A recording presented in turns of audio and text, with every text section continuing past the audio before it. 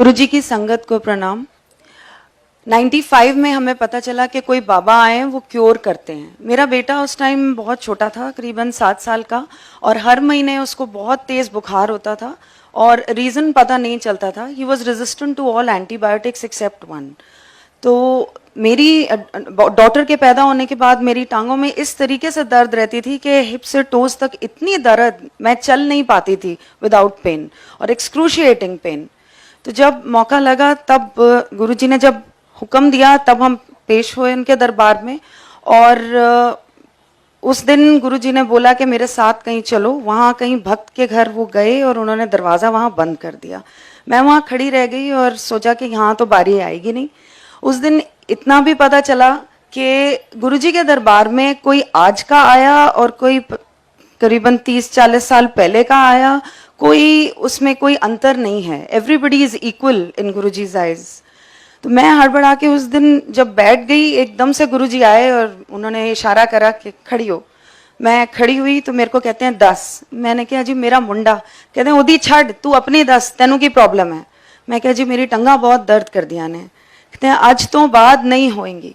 इतनी देर इतने बैठी रही, दर्द हुई। मैं सडनली रियलाइज करा कि मैं कब जमीन पे चौंकड़ी मार के बैठ गई, जो कि मैं बैठ भी नहीं सकती थी विदाउट पेन। मेरे को खुद ही नहीं पता चला कि मैं कब बैठ गई। वो दिन है और आज का दिन है, वो दर्द कभी लौट के नहीं आई। फिर उन्होंने बोला मुंडे दा 10। मैंने उनको कोई डिटेल्स नहीं दी, सिर्फ इतना बोला गला खराब रहता है। कहते सोने का ओम पिना दे तो चौल छड़ दो। मैं क्या गुरु जी जॉइंट फैमिली है। अच्छा फिर तू, तेरा घर वाला, तेरे दोनों बच्चे उम्र भर चौल या चौर कोई बनी कोई चीज ना खाओगे ना वरतोगे। दिल में मेरे एकदम से एक ख्याल आया कि इतने छोटे बच्चे को अब गोल्ड चेन पहना के मैं ओम पहनाऊं। तो एकदम हंस के मुझे कहते हैं पीले धागे विच पहना दें। फिर that day I just thought कि he can read minds, but I wasn't sure. I went to thank him in Jalandhar. तो वहां पे उन्होंने हुक्म दिया कि रात को वापस दिल्ली नहीं जाना, अपनी बहन के घर जाओ लुधियाना, वहां पे रहो और कल फिर आओ। मैंने एक चाय प्रसाद सर्व कर रहे थे, उनको पूछा कि दरबार किस समय खुलता है। उन्होंने बोला दरबार तो 10 बजे खोल देते हैं सुबह, गुरुजी अपनी सीट पे 11 बजे आते हैं। अगले दिन हम 11 बजे पहुंचे, वहां कोई नहीं था मंदिर में। गुरुजी पूरे अपने चोले में सिंहासन पे बैठे हुए। मैं अंदर आई तो मुझे कहते हैं aunty you are late, what were you doing all this while. 2 आलू दे wait I will tell you. 2 आलू दे परौंठे खादे, 1 कटोरी दही दे नाल, आधा ग्लास पानी पीता, टेबल ते रखिया, टॉयलेट गई। उस तो बाद भैन दे पिछे वाले कमरे विच तेरा काला सूटकेस पिया सी, तो कुड़ी दी ड्रेस चेंज की, तेनू पसंद नहीं आई सी अपनी कुड़ी दी ड्रेस। फिर तू सारे कमरियां विच जाके सबनू कलैक्ट किया, टेबल ते जो आधा ग्लास छड्डिया सी ओ पानी पीता, फिर टॉयलेट गई। उस तो बाद गड्डी विच बह के पूरा 1 घंटा लेट आ रही है, गुरुआं नू वेट नहीं कराईदा। आई वॉज सो डम स्ट्रक कि सीक्वेंस मैं शायद कभी आगे पीछे कर जाऊं, लेकिन गुरुजी ने उस दिन सीक्वेंस बिल्कुल ठीक दिया। हमें लंगर सर्व किया और उस टाइम महत्व नहीं पता था लंगर का। इतनी सारी रोटियां थी, so I was very very thin that time. I used to have 1 roti. I picked up all the rotis and I said excuse me but I have only 1। उन्होंने ऐसे सारी परोठियां मेरे हाथ से ली और जोर सी थाली पे वापस रखी and he said eat this, it is your medicine. उस टाइम के बाद मैंने गुरुजी को बताया कि मेरा हीमोग्लोबिन नीचे जा रहा था। मैंने कहा गुरुजी 8 हैगा। कहते 8 नहीं 6 है। कोई ना फिक्र ना कर, 12 हो जाओ। मैं मुड़ी और मेरी पीठ पे जोर से उन्होंने एक ठाकी मारी। 1 महीने बाद मैंने चेक कराया, इट वाज 11.6। इससे पहले मेरी लाइफ में इतना कभी नहीं हुआ था हीमोग्लोबिन। गुरुजी ने मुझे बोला जे मैं तेनू दसांगा तेनू की है, तेरे पैरों तले जमीन खिसक जाएगी। मैं क्या गुरुजी मैनू कुछ ना दसना, मैनू कुछ पता करन दी लोड़ नहीं, मैनू पता है तुसी सब कुछ ठीक कर सकते हो, मैनू बस क्योर कर देना। मेरे को 5 साल गुरुजी ने 9 दर्शन का हुक्म दिया। संगत का महत्व भी उन्होंने बताया। मेरे हस्बैंड ने उनसे पूछा कि गुरुजी आप बार बार ये क्यों बोलते हो कि तू खड़ के सुना, मैं तेरे वास्ते की कल्याण किता है। उस टाइम हम नए थे तो ये थोड़ी सी हिम्मत पता नहीं कहां से आ गई। ही सेड जब एक जना बोलता है दूसरा जना सुनता है। मैं कोई प्रवचन नहीं करता, मेरे ब्लैसिंग देने दे बड़े तरीके ने, ਉਹਦੇ ਵਿੱਚ एक यह तरीका भी है, जो बोलता है ਉਹਦਾ भला, जो सुनता है ਉਹਦਾ भी भला। 5 साल के बाद मेरे दिमाग में एक गुरुजी के साथ बात आई कि गुरुजी मेरे को एक फोटो आपकी चाहिए और मैं किसी से मांगूंगी नहीं।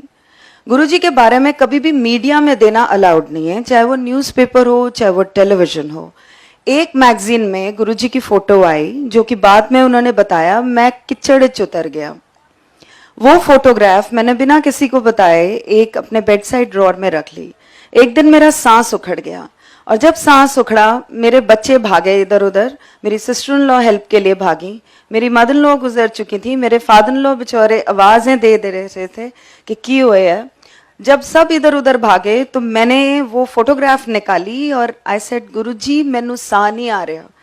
And I felt a strange sensation at the back of my neck and I felt कि किसी ने मेरे लंग्स खोले और मुझे सांस आया।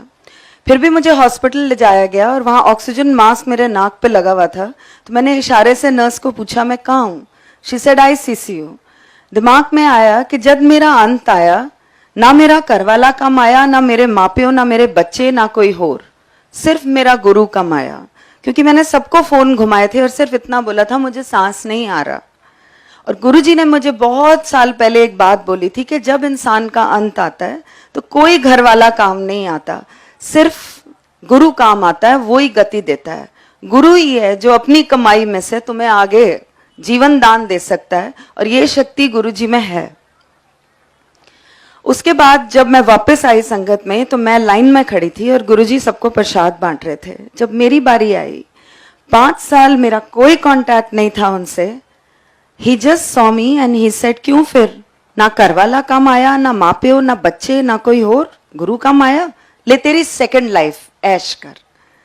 Going back to many years back, मैं जमीन पे ऐसे ही बैठी थी तो गुरुजी ने मेरे को बोला तेनू मना किता सी कि स्कूल विच तू जॉब लेती है, तेनू मना किता सी पढ़ाना नहीं है, तू अपना स्कूल खोलेंगी। तो मैं उस टाइम सोच रही कि मेरी छोटी सी बेटी और इसकी एडमिशन मैंने उस स्कूल में करानी है। अब तो गई एडमिशन, क्योंकि आई कैन नॉट लीव, मेरी बेटी को एडमिशन कौन देगा। तो एकदम से मेरे पास से गुजरे, मेरे को कहते हैं अच्छा चल 1 साल पढ़ा लें फिर छड़ दें। Again he red my mind. और गुरुजी ने स्कूल का नाम फिर मेरे को 2007 में ब्लेस करके दिया था, गुरुजी महाराज पब्लिक स्कूल। वो मेरा फ्यूचर है लेकिन गुरुजी ने मेरी झोली में डाला। सो अब मेरे दिमाग में वो इफ एंड बट नहीं है जो पहले जरूर उठते थे। मेरी मदर डायबिटिक थी और मैंने गुरुजी को एक दिन बताया कि वो जलंधर नहीं आती। तो कहते हैं मैं कद कहना कि वो आए, फैमिली ਦਾ ਇੱਕ ਮੈਂਬਰ ਵੀ ਜੇ ਆ ਜਾਏ ਤੇ ਫੈਮਿਲੀ ਦਾ ਪੂਰੀ ਫੈਮਿਲੀ ਦਾ ਕਲਿਆਣ ਹੋ ਜਾਂਦਾ ਹੈ। ਉਹਨੂੰ ਕਿਹਾ ਘਰ ਬੈਠੇ, ਉਹਦਾ ਘਰ ਬੈਠੇ ਹੀ ਮੈਂ कल्याण करना है। मेरी मदर बहुत साल बिल्कुल हेल एंड हार्टी रही, ना उनको कोई तकलीफ हुई। और एक दिन गुरुजी ने बोला कि तेरी माँ नू मैं क्योर कर दिता है, तेरी माँ नू मैं बचा दिता है। मैंने अपनी मदर को बोला तो शी सेड मैनू क्यों होया है, मैं बिल्कुल ठीक ठाक हाँ। उनको फिर भी हम लेकर आए, उन्होंने अपना लंगर खाया। अगले 1 हफ्ते में उनको एक रिपोर्ट आई suspected tuberculosis of the small intestine and rectum colon cancer. फिर उन्होंने लंगर खाया और उसके बाद हॉस्पिटल में एक रिपोर्ट उनकी बिल्कुल ठीक आई। गुरुजी ने उनको बोला जा अपनी डायबिटीज ठीक करा ले। जब वो अपनी डायबिटीज टेस्ट करा ले। जब वो डायबिटीज चेक कराने गई तो एक रिपोर्ट आई जिसमें 130 160 था। मेरी मदर को हमेशा 280 260 से नीचे कभी रिपोर्ट नहीं आई थी। उन्होंने दोबारा टेस्ट कराया और नीचे आई 99 113। मेरे फादर का लिम्फोमा था जो कि 16 साल पहले डॉक्टर्स ने 3 महीने दिए थे हॉस्पिटल में जिंदा रहने के लिए। और मेरे फादर के लिए हम गुरुजी के पास गए कि उनको बोलेंगे, लेकिन हम बिना बोले वापस आ गए। 1 हफ्ते बाद गुरुजी ने ऐसे ही कहीं संगत में हमें लेके गए और वहां मुझे बताया कि तेरे प्यो दा कैंसर मैं ठीक कर देता है। हमने तो मुंह से शब्द निकाला भी नहीं था। रिपोर्टें नेगेटिव आनी शुरू हो गई और उसके बाद मेरे फादर की मेमोरी लॉस हो गई। उसके लिए गुरुजी ने चने प्रवाह बताए जो कि किए गए और मेरे फादर आज तक हेल एंड हार्टी हैं, बिल्कुल ठीक हैं। कोई उनको कीमोथेरेपी की जरूरत नहीं है क्योंकि कहीं कैंसर आता ही नहीं, रिपोर्टों में कोई बीमारी आती ही नहीं। ये सब गुरुजी का ही दिया हुआ है। We are very thankful to him.